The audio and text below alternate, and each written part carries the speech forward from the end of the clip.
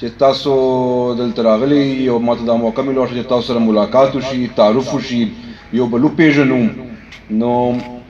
ډي آر سی نه به شروع کړو، یو ځای شي او د عوامو د خلکو د پبلک چې کوم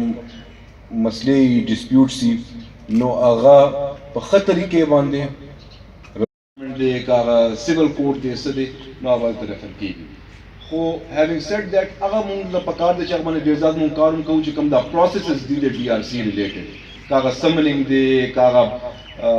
فریقین چې کوم ډي آر سی باندې فیصله کول غواړي نو د هغه ول اټینډنس انشور کول دی، دی هغه دا دی چې اول پروسیډینګز کې کم فیسیلیټیشن کېدی شي، نور چې کوم خبرې دي چې کوم کې مونږ ډي آر سی زیات په سوسایټي کې خپل یو مقام درکړی دی. بل دا شی ډېر ضروري دی چې تاسو خو دا کار فی سبیل الله کوئ لګیا یې، تاسو خو دا بغیر د تنخواه کوئ لګیا یې، خدای رضا دپاره کوئ لګیا یې، دې لپاره کوئ لګیا یې چې چېرته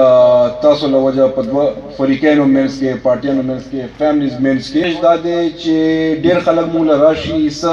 ایشوز مسایل داسې وي چې کم ډایرکټ پولیس محکمې سره تعلق لري، کرمنل قسم. نو څه ایشوز داسې مونږ له راشي چې کم ډایرکټ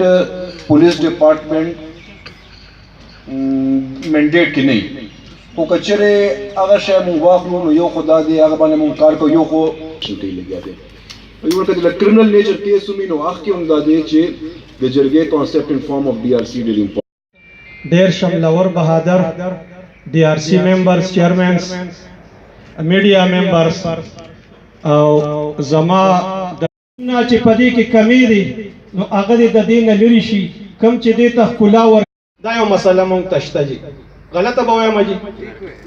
لکه داسې څه کسان شته چې مونږ ته د فرنټ نه اورېدلي دي چې وټ از ډي آر سی، ځکه چې عدالت کې چې عدالت کوي